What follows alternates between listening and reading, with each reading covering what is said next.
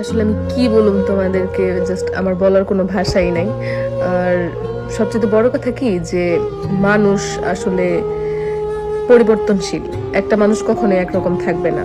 তবে আমি মনে করি একটা মানুষ যতই উপরে উঠুক না কেন, মানে যতই উঁচু পর্যায়ে যাক না কেন, তার পাঁচটা তার মনে রাখা উচিত যে সে কই থেকে আসছে বা কি রকম সিচুয়েশনে ছিল, এটা অবশ্যই মনে রাখা উচিত।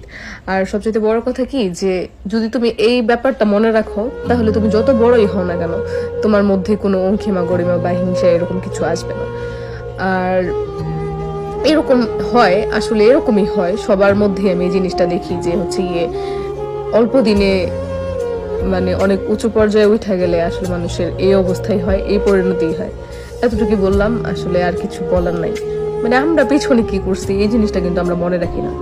ওই যে আমার এখন নাম ডাক হয়ে গেছে, তার মানে হচ্ছে ওকে, সবকিছু ওকে। এর বাইরে বা আগে পরে কি ছিল এটা আমরা কেউই মনে রাখি না। এটাই নিয়ম পৃথিবীর।